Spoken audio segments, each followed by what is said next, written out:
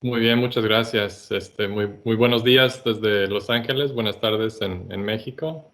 Gracias al doctor Garduño y el equipo de Infonavit por invitarme a dar esta ponencia y la oportunidad de compartir con ustedes pues, los resultados de un trabajo de investigación que, aunque se enfoca en California, tiene unos aspectos relevantes para México. Déjame compartir la pantalla.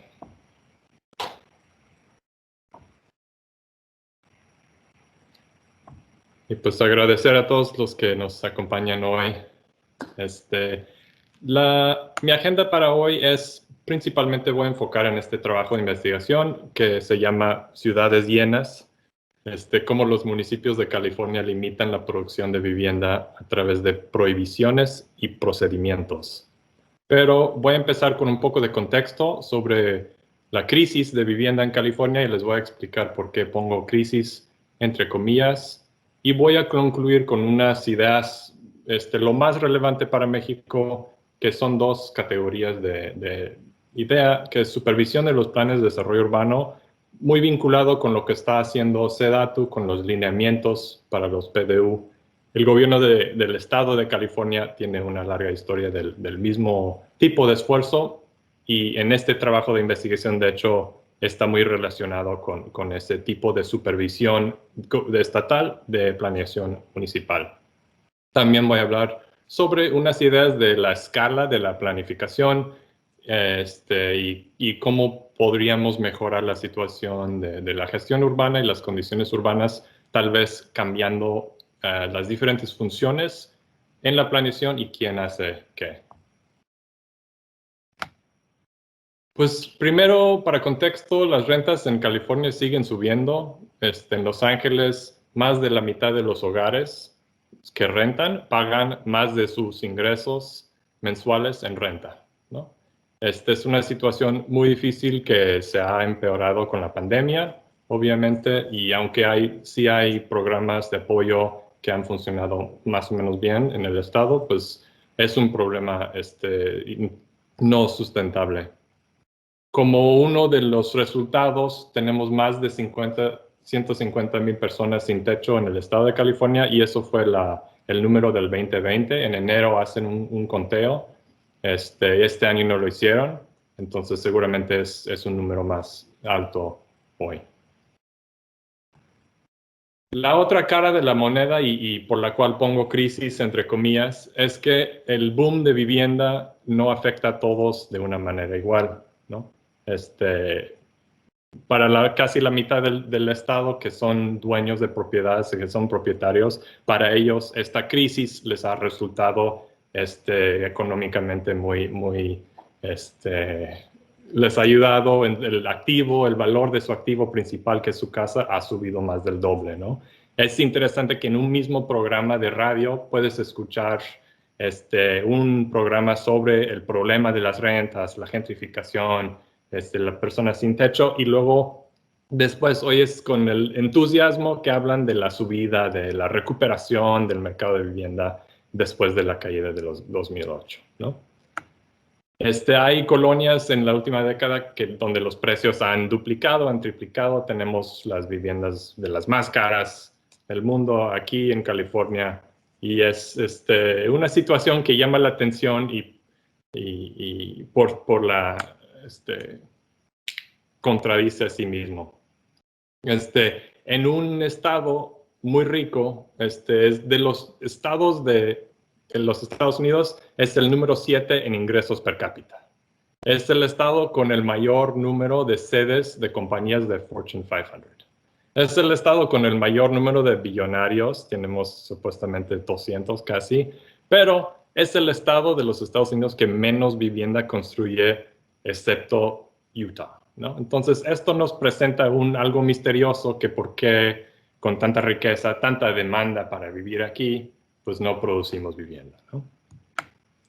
Esta gráfica nos muestra que no siempre fue así en el estado. Son la producción anual de unidades de vivienda desde los 50 hasta casi la fecha. Y vemos que para la mayoría del siglo XX estamos produciendo bastante vivienda. Y ahora, cuando la población es mucho mayor que era en los 50, estamos produciendo ahora el máximo, el año que más vivienda producimos es el equivalente al año que menos producíamos en los 50s y los 60s, ¿no? Entonces, es un poco confuso por qué será así y les voy a explicar. Les voy a explicar primero con mapas y luego con datos estadísticos, ¿no? Estos mapas nos enseñan qué tipo de vivienda nueva se está construyendo por colonia o por AGEB o por Census Tract en el largo del siglo XX, bueno, de los 40 hasta la fecha, ¿no? Vemos que el azul ligero es vivienda unifamiliar, ¿no? Y si conocen Estados Unidos, la urbanización aquí, tenemos mucha vivienda unifamiliar, que son lotes de 500 metros, 600 metros, y donde se prohíbe construir departamentos, ¿no? No pueden subir de las densidades más que una unidad de vivienda por lote. Entonces, este es el azul ligero. En la naranja vemos edificios multifamiliares chicos y el rojo, que casi no se ve en este mapa, son los edificios multifamiliares grandes, ¿no? El azul oscuro, que casi tampoco se ve aquí, es colonias donde no hay construcción nueva, ¿no? Entonces, estos mapas nos muestran el desarrollo de la construcción de vivienda en la región de Los Ángeles durante las décadas. Ya en los 60s, 70s empezamos a ver más desarrollo de densidades más arriba de lo unifamiliar, aunque todavía siguen construyendo bastante vivienda unifamiliar. En los 80s y 90s vemos un cambio que mucho más heterogeneidad de construcción, vemos más edificios grandes, del rojo, y un poco menos de la vivienda unifamiliar. Y la situación de ahora, que nos explica un poco la gráfica de antes de por qué no producimos vivienda, es que en la mayoría de la región no hay construcción, ¿no? En todas las zonas donde solamente permiten construir vivienda unifamiliar, pues no hay construcción porque no se puede construir. Y donde sí se construye, pues la mayoría son edificios grandes, ¿no? Hemos concentrado la producción de vivienda en menos lotes y por lo mismo las construyen a densidades más altas. Ahora voy a pasar al trabajo de investigación, un poco más profundizar cómo investigamos esta situación a través de la estadística. El título del paper es Built Out Cities, ciudades llenas, y lo pusimos porque se escucha mucho en las juntas municipales sobre planeación. Si vas a un municipio chico que es de muy baja densidad, con mucho espacio verde, y oyes mucha gente diciendo, no, pues está llena nuestra ciudad, ya no hay espacio. Aunque sí, obviamente sí hay espacio, ¿no? Mi plan aquí del trabajo de investigación, les voy a hablar del motivo, aunque ya se ve, el resumen un poco del campo de investigación y la ley de vivienda en California para entender cómo construimos los datos que analizamos y luego el análisis y las conclusiones. Pues el motivo, pues aparte de la crisis de vivienda y de gente sin techo, pues también hay motivo académico, ¿no? El campo de investigación sobre el impacto de los reglamentos de uso de suelo, este es un campo de investigación que tiene muchas décadas. Principalmente se ha enfocado en el impacto sobre los precios, ¿no? La idea de ¿qué contribuye al precio de vivienda? Tener restricciones estrictas sobre la producción de vivienda, por ejemplo, y no tanto en la producción. Y les voy a hablar un poco por qué. Nosotros nos enfocamos en la producción y también porque tenemos una fuente de datos nueva. También de parte de la política pública tenemos una ley de vivienda estatal en California distinta a los otros estados del país. Esta ley desde el año 70 está ahí y con la idea de promover la producción. La idea de la ley es acomodar el crecimiento de la población, producir vivienda para gente de diferentes ingresos, ¿no? Y esa ley establece un sistema de planeación para vivienda con un ciclo de 8 años. Cada 8 años los municipios del estado tienen que renovar sus planes de desarrollo urbano para acomodar este crecimiento. Es una ley con potencial, nos enseña muchas cosas, pero hasta la fecha, como vieron, no ha funcionado, ¿no? No se ha implementado bien y voy a hablar un poco del por qué. También voy a hablar de esta idea del espacio zonificado, que es la idea de, en la zonificación, los reglamentos de la ciudad, cuánta vivienda se puede producir. Y esta idea de cuantificar la potencial de construcción de vivienda en términos de unidades de vivienda, pues nos da el dato que usamos para el análisis.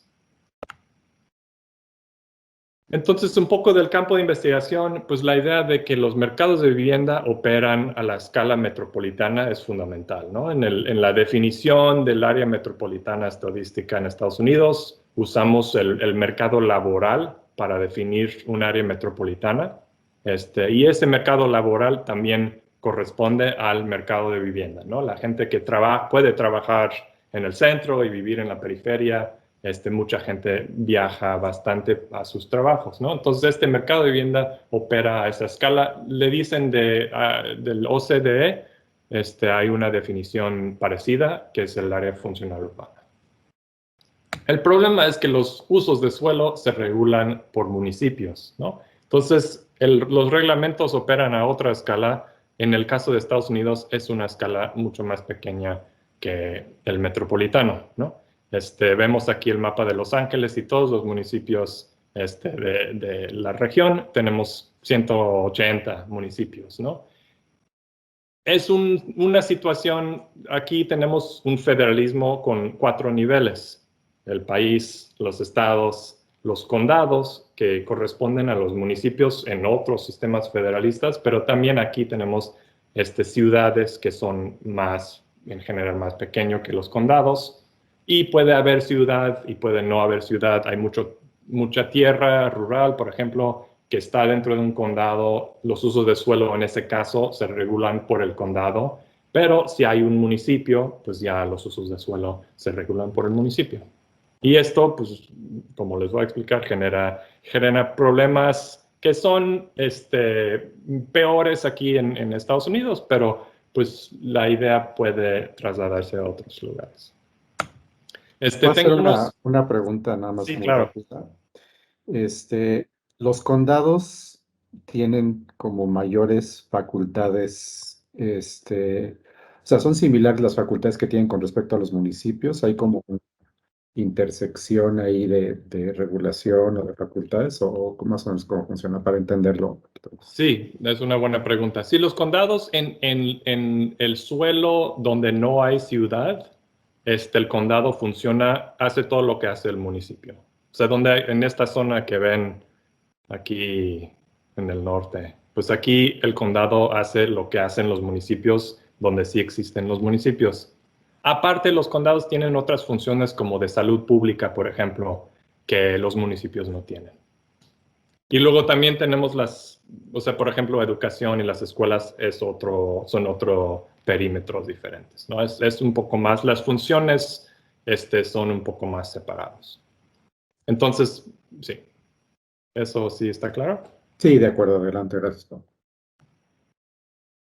Sí, me permitan un poco tangencial estos mapas, pero pues me gustaría, siempre he querido hacer esta comparativa más explícita, porque mucha gente no se fija en este hecho, ni siquiera los Estados Unidos, qué tan importante y lo que distingue, creo que Estados Unidos de la mayoría del mundo. Yo creo que somos el país con más municipio per cápita en el mundo. No sé, pues me gustaría saber si hay otro país que lo organiza el gobierno local así.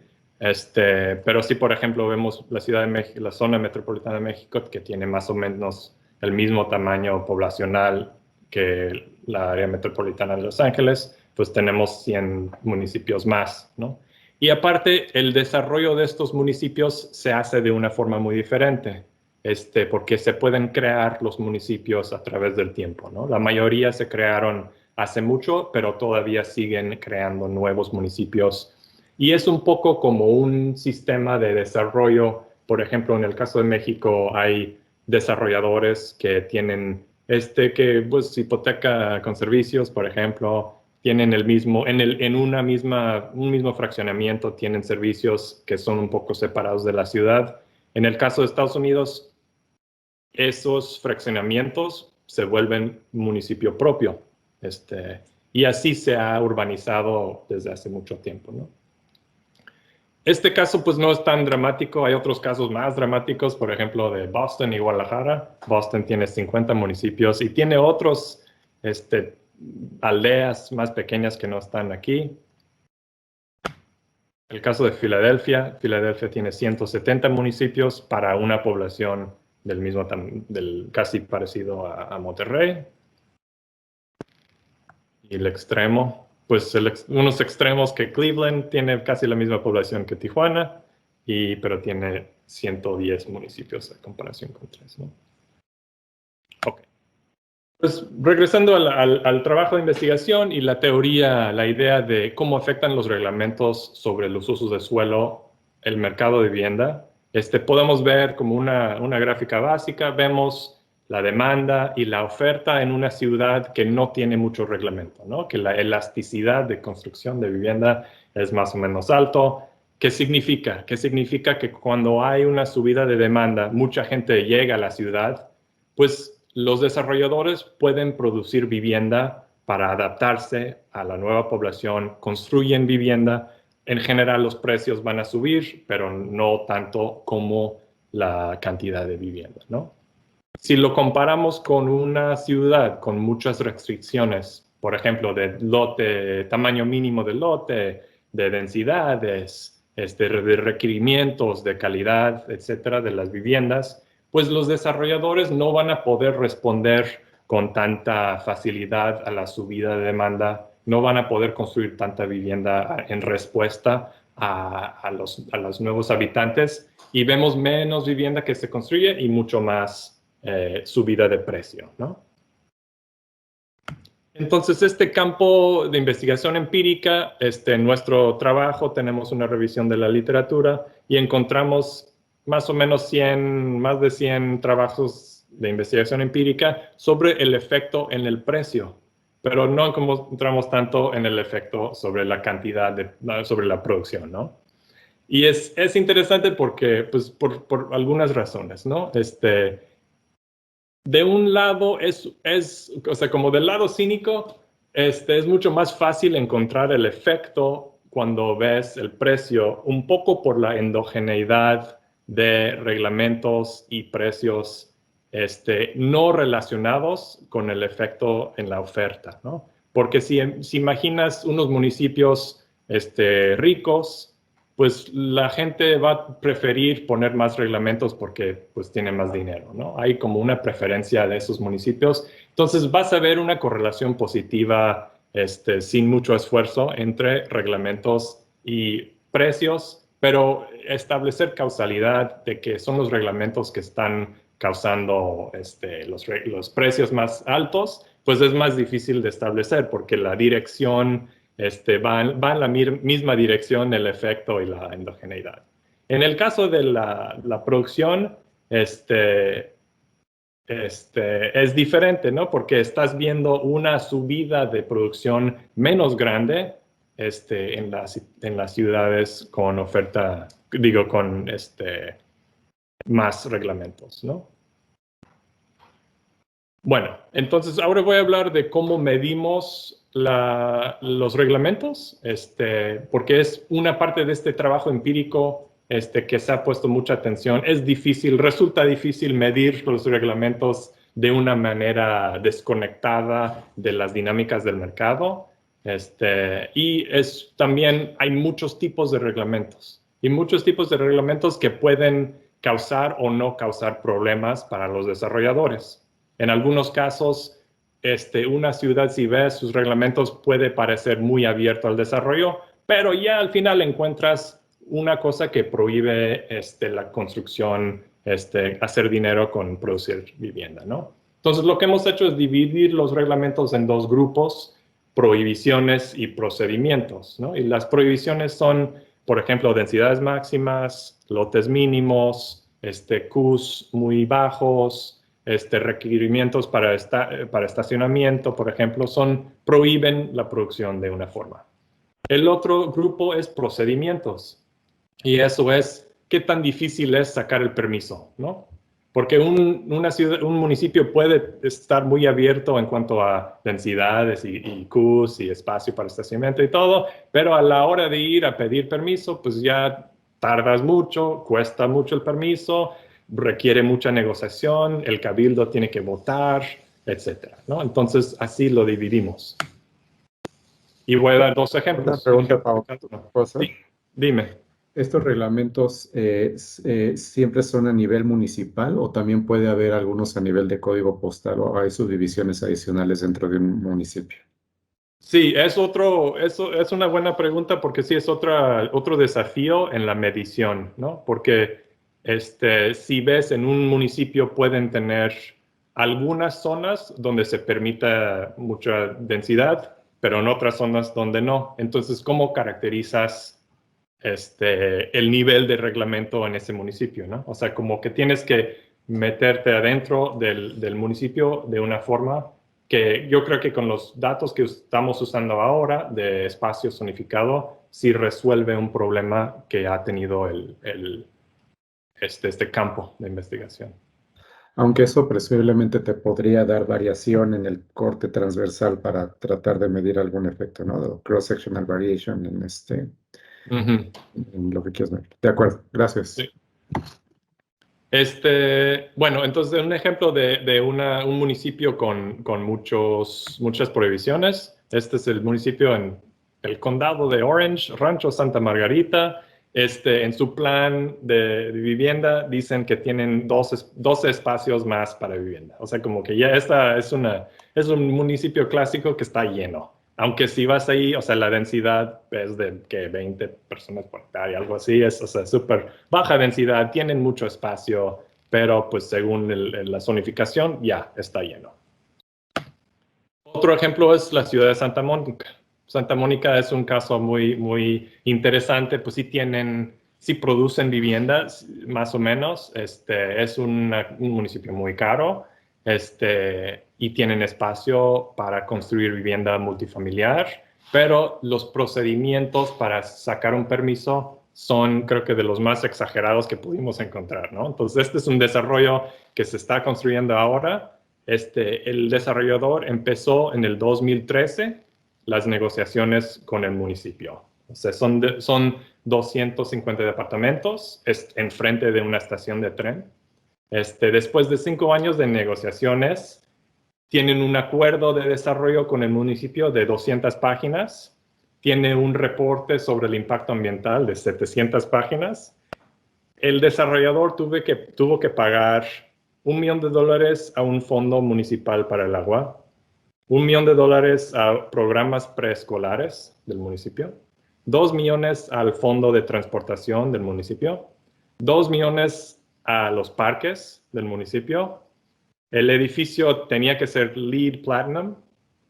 El desarrollador tenía que contratar un porcentaje de la construcción, del equipo de construcción, tenía que ser de Santa Mónica. La propiedad tuvo que incluir un centro comunitario abierto a todos, más estacionamientos de lo que pedía el código de zonificación. Y por último, lo más significativo tal vez es que el desarrollador tuvo que comprar otro lote en $40 millones y sacar los permisos para ese lote para un desarrollo de vivienda subsidiada y regalarlo a un desarrollador, a una ONG, ¿no?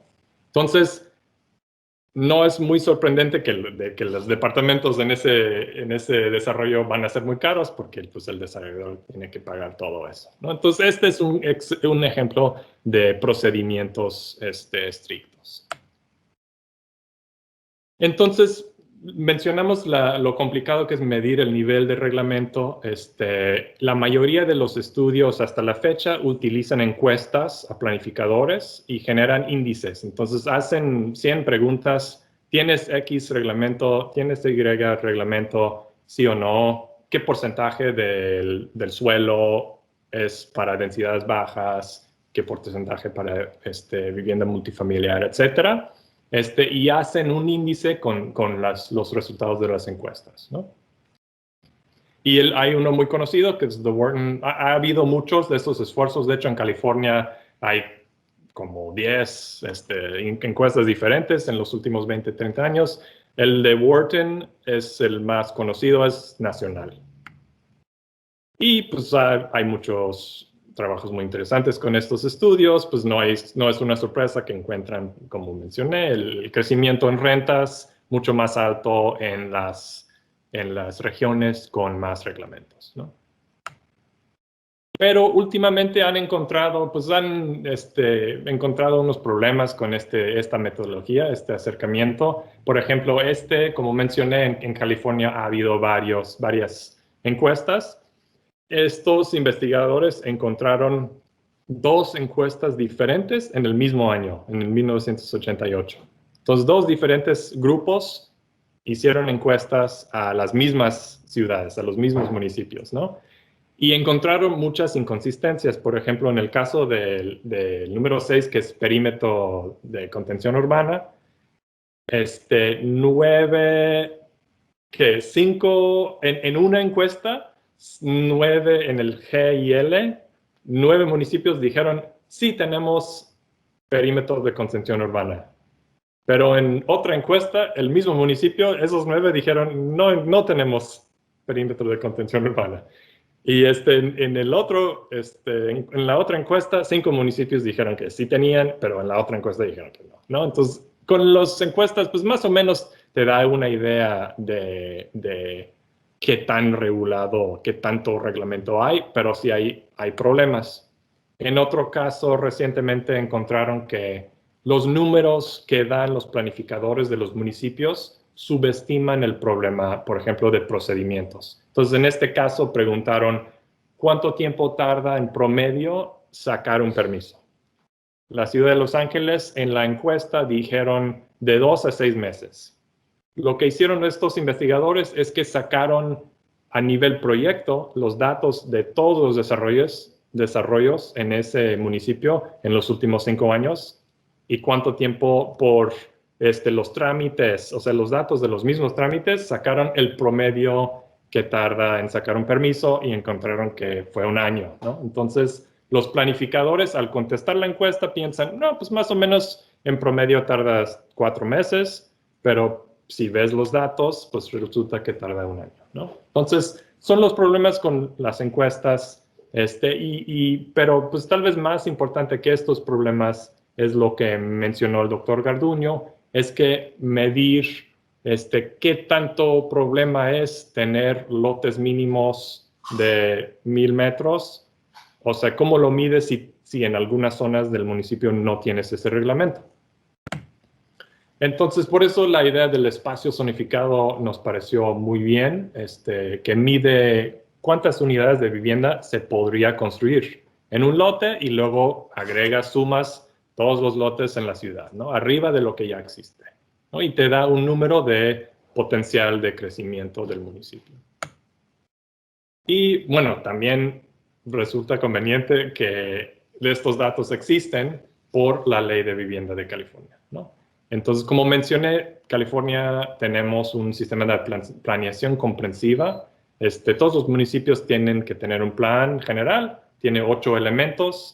La supervisión del 7 de esos elementos no es muy rigurosa. El gobierno del estado nada más solamente requiere que el municipio tenga estos 7 elementos. Pero en el caso del elemento de vivienda, por la ley de vivienda, se tiene que renovar cada 8 años, ¿no?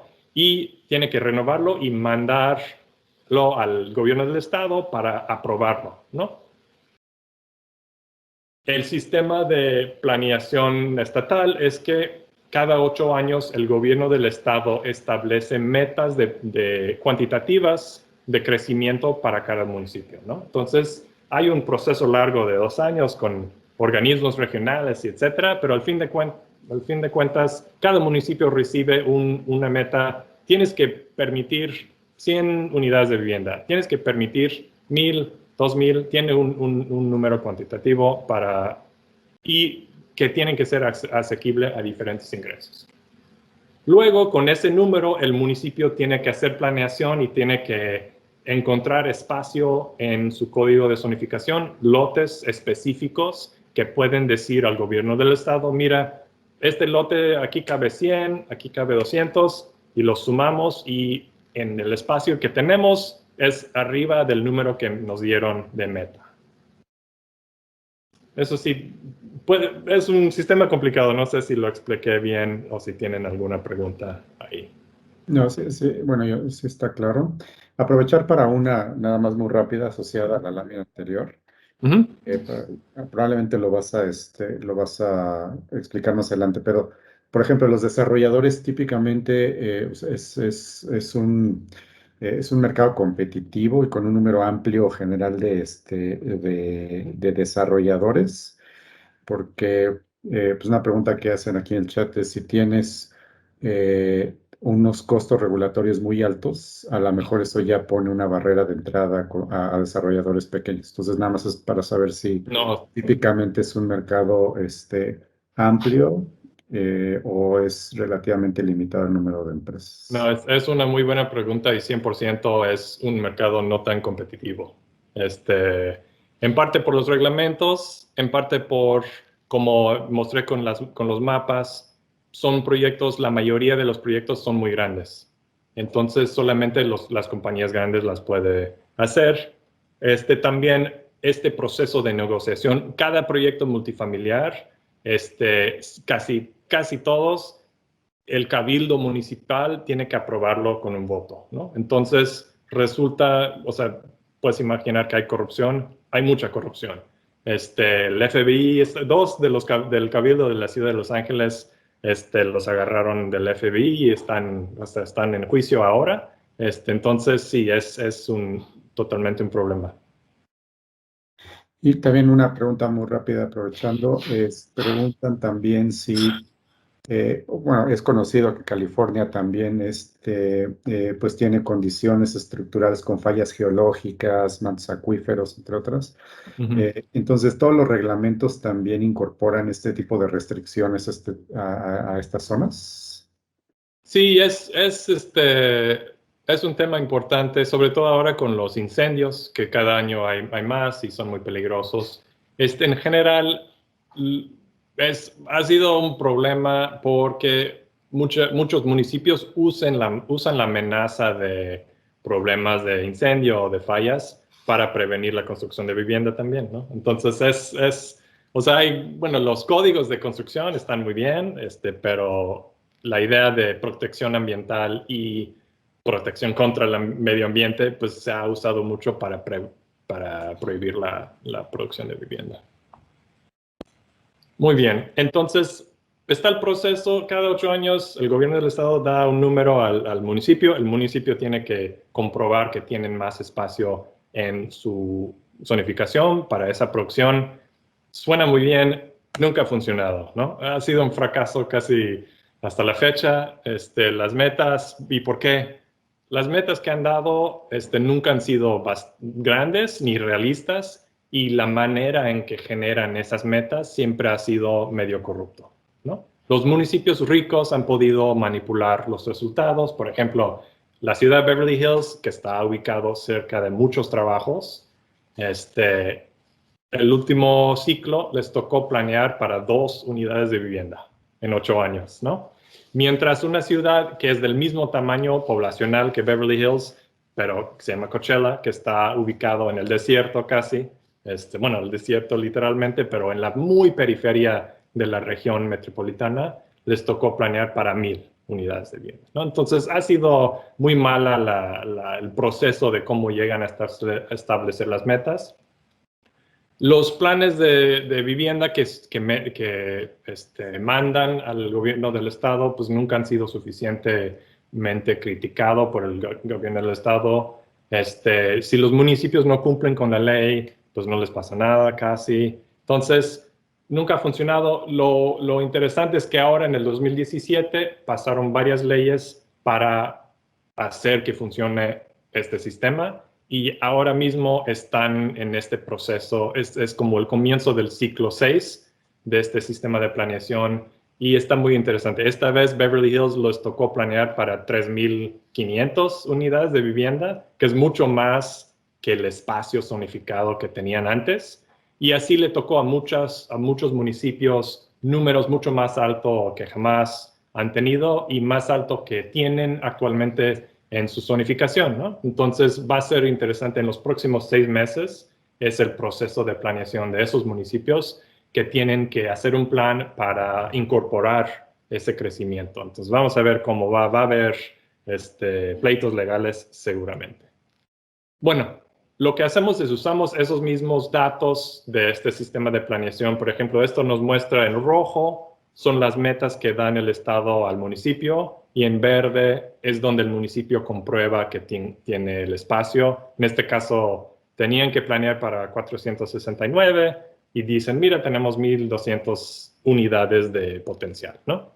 Entonces, nosotros usamos en este trabajo de investigación, usamos índices basados en encuestas como otra gente ya lo había hecho. Entonces, un índice de procedimientos, un índice de prohibiciones, pero también usamos estos datos de espacio zonificado. Otra ventaja es que cada municipio tiene que mandar este plan para vivienda al gobierno. Entonces, de esos planes sacamos para 400 ciudades, más de 400 ciudades. En el estado hay 460 ciudades. Eliminamos del estudio los municipios muy pequeños, rurales, y principalmente nos enfocamos en los 7 regiones metropolitanas bastante grandes para el análisis. Y aquí les muestro unas correlaciones entre el índice de procedimientos, el índice de prohibiciones y el espacio zonificado con valores de vivienda, rentas y permisos en este periodo de 2013 a 2017, ¿no? Del lado de espacio zonificado, nada nos sorprende, ¿no? Los municipios que tenían más espacio zonificado, había más construcción. También es importante señalar que los municipios más caros, que tienen mayor valor de vivienda, tienden a tener menos espacio zonificado porque se ha construido y porque han reducido el espacio, me imagino, por bajar la zonificación. El índice de prohibiciones también se entiende bien. Si hay muchas prohibiciones, hay menos construcción. También los municipios más caros tienen más prohibiciones. En el caso de procedimientos está interesante y muestra una de las dificultades en hacer este tipo de estudio, la endogeneidad entre desarrollo y procedimiento, ¿no? Entonces aquí vemos que municipios caros tienen más procedimientos, pero también municipios con más procedimientos tienen más permisos, más actividad, más desarrollo. ¿Y eso por qué? Porque pues, los municipios donde no hay actividad por falta de demanda, pues no van a tener tanto procedimiento porque no van a tener que controlar la producción de vivienda porque pues no hay demanda, ¿no? Entonces, la interacción entre los reglamentos y la demanda es muy importante.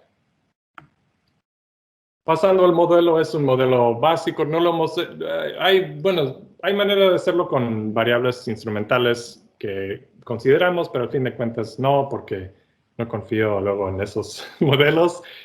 Ahora estamos con un modelo de correlación multivariada, un modelo básico que es regresar a la actividad de desarrollo, el número de permisos a las rentas, los reglamentos, las diferentes maneras de medir reglamento y los variables control. Y bueno, controlando por población y renta y densidad y cercanía a empleo, accesibilidad al empleo, vemos que sí, es significativo las prohibiciones. En los municipios con más prohibiciones, pues hay menos producción de vivienda. En los municipios con más capacidad zonificado, pues hay más producción de vivienda. Esto no nos sorprenda, no es tan nuevo, no es tan interesante. Aquí nada más una Hallazgo duda. no tan nuevo, sí, una pregunta.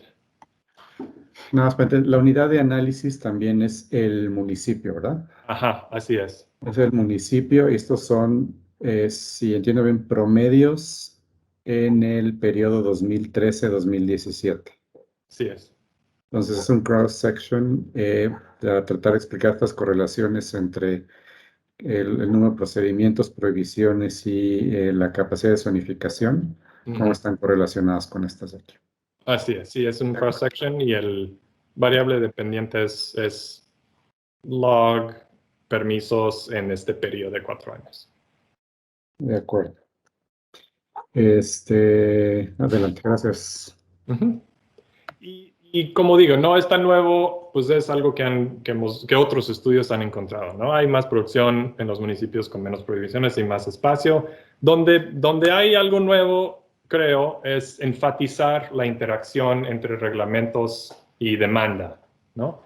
Este es otro modelo con un término de interacción entre capacidad zonificada y renta, y este resultado nos muestra la importancia de las dos cosas, ¿no? Y la necesidad de analizarlos juntos.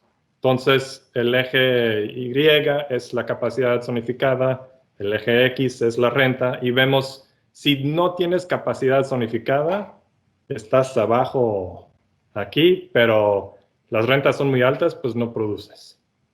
Los colores nos indican cuántos permisos. Si tienes muchos espacios zonificados como Coachella, pero las rentas son muy bajas, pues tampoco produces. Solamente es cuando tienes rentas altas y capacidad zonificada es cuando produces, ¿no? No es es intuitivo, pero no he visto antes en esta literatura que hacen esta interacción. Y los números, no, me olvidó poner los números. Yo creo que si vas de A a B, es como de 100 permisos a 150 permisos, algo así. Si vas de C a D, es como de 150 a 700, algo así, ¿no? O sea, el impacto de subir la capacidad zonificada solamente tiene efecto, y tiene mucho efecto cuando lo haces en las colonias o los municipios con rentas altas, ¿no? Este es sobre multifamiliares, ¿no? Entonces, la idea es que los reglamentos importan principalmente donde hay demanda, pero ahí entra la economía política, que donde hay demanda es cuando ponen más reglamentos. Entonces, el argumento que estamos haciendo aquí es que California necesita espacio zonificado donde hay demanda. Esta es una gráfica que nos muestra para el sur del estado, que es la mitad de la población del estado. Lo que hice es que dividí los municipios en 4 grupos por rentas, ¿no? A la izquierda son los municipios con rentas bajas, a la derecha son los municipios con rentas altas. Y lo que vemos como problema estructural del Estado es que donde tenemos más capacidad zonificada aquí es en los municipios con menos demanda y donde hay menos producción.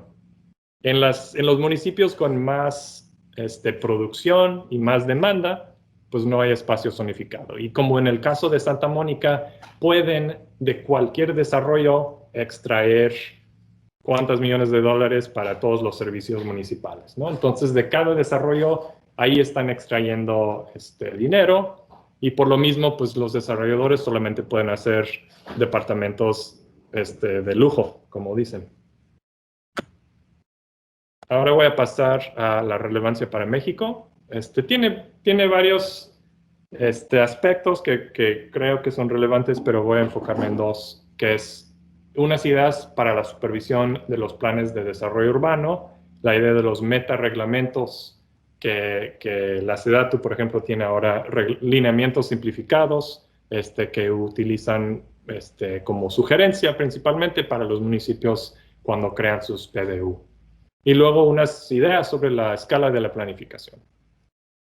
Los problemas y las potenciales de una escala de planificación pequeña, ¿no? Porque la idea es que en California tenemos muchos municipios pequeños que genera problemas, pero también presenta oportunidades. Estos son los lineamientos simplificados, no sé si los conocen, son mucho mejores que los otros que estaban muy complicados. Y les voy a, bueno, los principios que voy a presentar salen del trabajo en California, pero también salen de un estudio que hice con alumnos el año pasado y que está próximamente para publicarse con 2 alumnos coeditores, Aurora Echavarría y Jorge Cáñez. Y hicimos 4 estudios de caso en México sobre los procesos de planeación. Cómo crean un PDU, cómo aprueban proyectos, cómo cambian usos de suelo, cómo se establecen nueva infraestructura en estas 4 ciudades. Y de ahí un poco la idea era dar recomendaciones a la SEDATU por lo mismo, para el continuo esfuerzo desde el gobierno federal supervisar los planes de desarrollo urbano municipales. Y pues aquí son los principios que generamos, pero también del caso de California creo que es muy parecido lo que funciona y lo que no funciona, ¿no?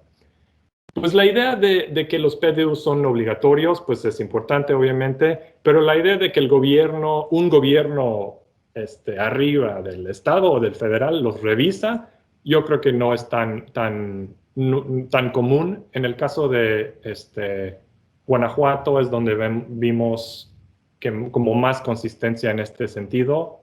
En California estamos haciendo el argumento al gobierno del estado que deberían de revisar todos los elementos del plan general, del PDU, por ejemplo, pero también no revisarlo sin un fin, ¿no? La idea de que el gobierno estatal o el gobierno federal establece metas para los municipios, objetivos cuantitativos, que luego pueden revisar si están cumpliendo o no están cumpliendo, ¿no? Entonces es la idea de tener objetivos cuantitativos.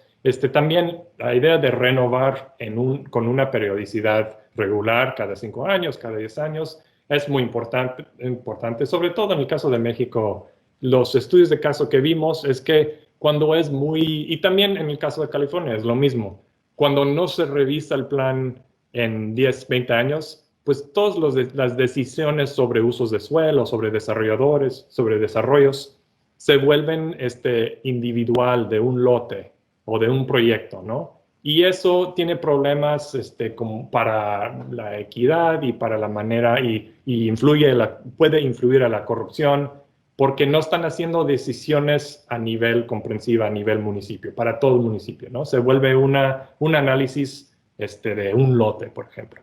Entonces, que el análisis sea del municipio entero y que se haga cada 10 años, 5 años, y entre estos renovaciones o revisiones del plan, pues no se puede cambiar nada, ¿no? Entonces, todos los cambios se hacen cada 10 años. Bueno, el evalúo en el plan anterior, ¿por qué no cumplieron con los objetivos? Suena sensato. Sobre las consecuencias, está interesante cuáles deberían de ser las consecuencias. Por ejemplo, en el caso de California, la consecuencia ahora es que el municipio pierde un poco de su control sobre proyectos si no está cumpliendo con el ciclo de planeación de vivienda por la ley estatal, ¿no? Como mencioné, cada desarrollo multifamiliar, casi en el estado, el cabildo lo tiene que aprobar, ¿no?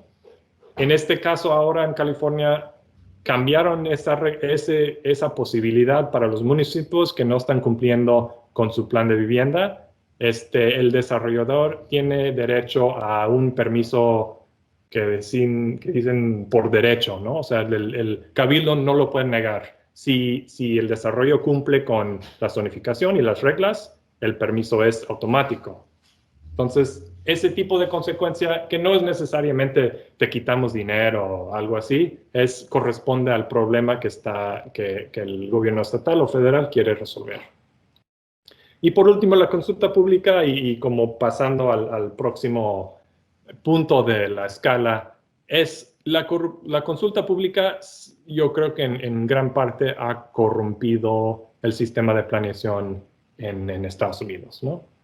Cada decisión sobre un proyecto, pues tiene que hacer una consulta pública. Entonces, la gente que va a esas consultas son vecinos, son propietarios, tienden a ser mayores, tienden a ser gente con dinero que no quiere ver cambios en su ciudad, ¿no? Entonces, principalmente la gente que va a la consulta pública en cuanto a proyectos de vivienda va en contra, ¿no? Entonces, ha prohibido, es como en parte de los reglamentos, es un elemento importante. Entonces, la idea de consulta pública, pero no una junta en el Palacio Municipal a las 7 de la noche, ¿no? Sino una encuesta representativa, un grupo representativo de toda la gente del municipio, para que sea más equitativo, ¿no? En México, pues obviamente la planificación no hay el mismo sistema de municipios chicos, pero sí ha subido la tendencia a la planificación parcial o estratégica que dicen en vez de la comprensiva. Esta gráfica es de un capítulo de Lidia González Magalón, muy bueno. Hubiera tenido la cita aquí, pero no lo veo. Que editó Antonia Suela. Y este capítulo como ve los planes parciales de la Ciudad de México y cómo tienden a ser muy parecido a lo que pasa en Estados Unidos en las colonias ricas y que prohíben densidades, ¿no? Entonces, esa tendencia de donde hay demanda, lo mismo que aquí, donde hay demanda ya no hay espacio zonificado y eso tiene un efecto en la producción agregada de vivienda. Por último, voy a concluir con un paper nuevo de un colega que escribí con un colega sobre este problema de tomar decisiones a un nivel muy, muy pequeño. La idea del municipio pequeño, el municipio chico, y cómo suena equitativo. Y en parte está interesante la historia de la planeación en Estados Unidos, es que después de los 60 y que había muchos abusos, aparte de gobiernos estatales y municipales grandes, de que pusieron los carreteras en las colonias pobres, que destruyeron las colonias pobres, muchos abusos. Entonces la idea de planeación comunitaria salió como reacción y hemos valorado mucho en los últimos 40 años la planeación comunitaria, la consulta pública, la participación de la gente, pero realmente ha resultado en un sistema menos equitativo, porque pues los que más contribuyen y más participan en los planes y el desarrollo de los planes, como dije, es la gente con dinero, la gente que es propietario, la gente que beneficia de la escasez de vivienda, ¿no? Esa idea de que la crisis de vivienda es para los inquilinos, pero no para los propietarios. Y si a veces les dicen como un cartel de propietarios, ¿no? El cartel de propietarios les conviene que hay una escasez de vivienda, entonces prohíben la construcción nueva de vivienda y pues sus casas se vuelven más caras. Bueno, y bueno, las evidencias, quién se opone a la intervención estatal es que en los últimos años ha habido varias propuestas de ley a nivel de estado para quitar los poderes de los municipios en cuanto a la zonificación. Entonces, esta encuesta preguntó, ¿quién se opone? ¿Apoyas o opones a esa idea de que el gobierno del estado quita el poder del municipio? Y lo que ves aquí es que los de más de 65 años, los que son propietarios, los que tienen dinero, los blancos, son los que tienden a oponer mucho más a esa propuesta estatal, ¿no? Entonces, los que no tienen dinero, los que rentan, los afroamericanos, los latinos, pues son los que más apoyan esa intervención porque es una intervención más equitativa. Y bien, las conclusiones, como mencioné, la crisis de vivienda beneficia a los propietarios, se exacerba la desigualdad. No estamos llenos en California, los municipios, más bien prohibimos la densificación. Y esto nos muestra lo complicado que es hacer política de vivienda cuando la vivienda es al mismo tiempo el ahorro y activo más importante para muchos lugares, que al mismo tiempo una necesidad básica humana. Y pues los beneficios y retos de la gobernanza a escala local y la importancia de la supervisión estatal federal. Nada más concluyo con, no mencioné los beneficios de la gobernanza a escala local rápido. yo me enfoqué en los problemas, pero los beneficios yo creo que va en la dirección del impuesto predial. A una escala más pequeña de colonia o un municipio pequeño, yo creo que es mucho más fácil generar apoyo a un impuesto predial y que la gente pague y que le apoya, que se sube para inversión en infraestructura, porque ellos mismos se ven beneficiados de esa inversión, ¿no? Entonces, como mencioné, la historia de crear municipios nuevos en Estados Unidos, que se ha vinculado con fraccionamientos nuevos y generación de prediales, inversiones locales, buenos servicios locales, como ese ciclo virtuoso de pagar el predial y que haya infraestructura de calidad, servicios de calidad. Creo que hay algo ahí que se podría aprender en México, pero pues viene con el riesgo de que se vuelvan colonias excluyentes y pues habrá este problema con producción de vivienda en agregado. Bueno, esto es todo. Muchísimas gracias por su atención. Ahí están mis datos. Si tienen preguntas, ahora tenemos tiempo para preguntas también.